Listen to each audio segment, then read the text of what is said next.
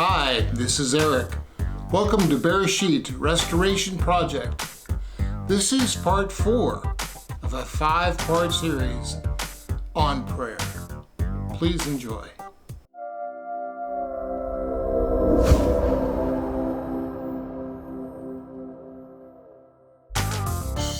And I challenge you to try this if you haven't already. If you do it this way, great. Keep doing it. When you go into your prayer time, turn off the phone or the TV. Go into a dark room. In Matthew 6:6, it says, "But when you pray, enter into your room, shutting your door. Pray to your Father in secret. Enter into your prayer closet, your prayer shawl." Before I got this, I would pray. And then I started thinking, God spoke to me, he says, why don't you use your talit, your prayer shawl, when you go out? So I'd go out on the deck, and I would put this over my head. And there was just something about not seeing anything but the inside of this where I really felt isolated. And I felt like God was there. Get into that quiet place. Get into that set apart location. What does set apart mean? Holy, right? Holy means set apart. So enter in to that set apart place, whether it be this or an actual closet, or even your living room with the TV and everything off, to where you're not going to be distracted. Secondly, recognize who it is that you will be speaking with. The Creator of all that is. Like I had mentioned before, whenever the priest would enter in to the tabernacle, before they were going to enter into the Holies of Holies, they had a specific procedure that they had to follow. If they didn't, what happened? Well, I'm exaggerating maybe, but it wasn't very good for them. You are entering into the presence of the Creator.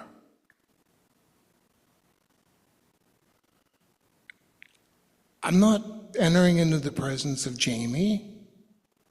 Sorry, I'm picking on you so much, brother. I'm not entering into his presence. I'm entering into the presence of the person that spoke and all this came into being. The person that set forth from the foundations of everything the plan of salvation. There's a certain amount of respect that we need to have and should have. Shame on us if we don't. Of who we're going to be speaking to.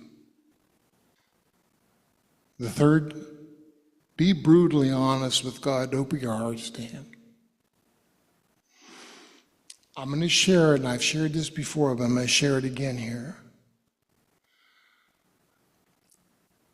I remember one time, this has happened a couple of times, but I remember one time specifically, I was really struggling with a few things.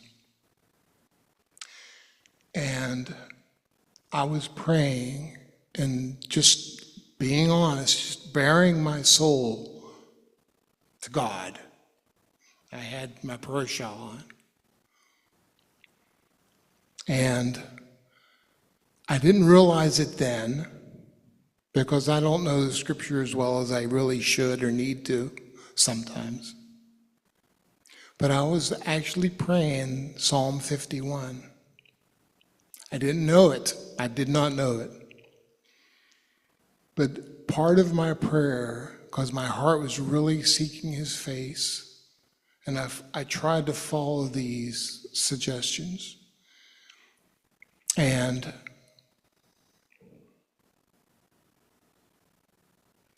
I said, God, create in me a pure heart and an upright spirit. And that was the whole gist of my prayer. This was on Friday night. The very next day, did I get an answer to my prayer? No. But the very next day, I was watching YouTube, like we were doing at the time before we even started here to this fellowship. And we would watch different things. Well, I saw something on there from the Central Synagogue in New York. And I thought, oh, that's Jewish. I don't want to watch that. But guess what? I turned it on. And they were in a little bit of a prayer break. They were showing pictures of the inside of the church. And all of a sudden, the cantor started singing, "Create a pure heart within me." Psalm 51. Create in me a new heart and upright spirit.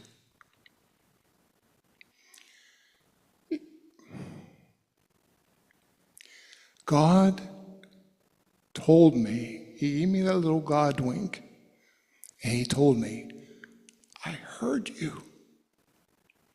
I'm watching something I never watched before. But God thought enough of me and my condition and my seeking his face in prayer to say, it really showed me that he's listening. God, he says, I'm here.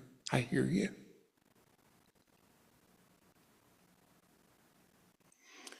That is a blessing that if you've never experienced, genuinely experienced, that is a blessing that you will never forget, to get a direct message from God in that way. Now, could I have made this all up and thought and I read it into something? No. Because I did something that I don't normally do. And isn't that how God works? Isn't that how God works? Darn right. Lastly, and we touched on this earlier, be specific. Be specific when you pray. Turn off your phone, enter into that prayer closet. Recognize who it is that you're speaking to and give him the respect that he deserves. Be brutally honest. Say it. Be honest. Pure heart means being honest, being pure. And be specific when you pray.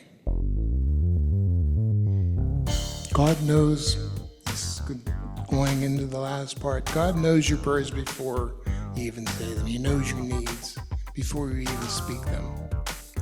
Okay, Eric, you just opened up another can of worms here.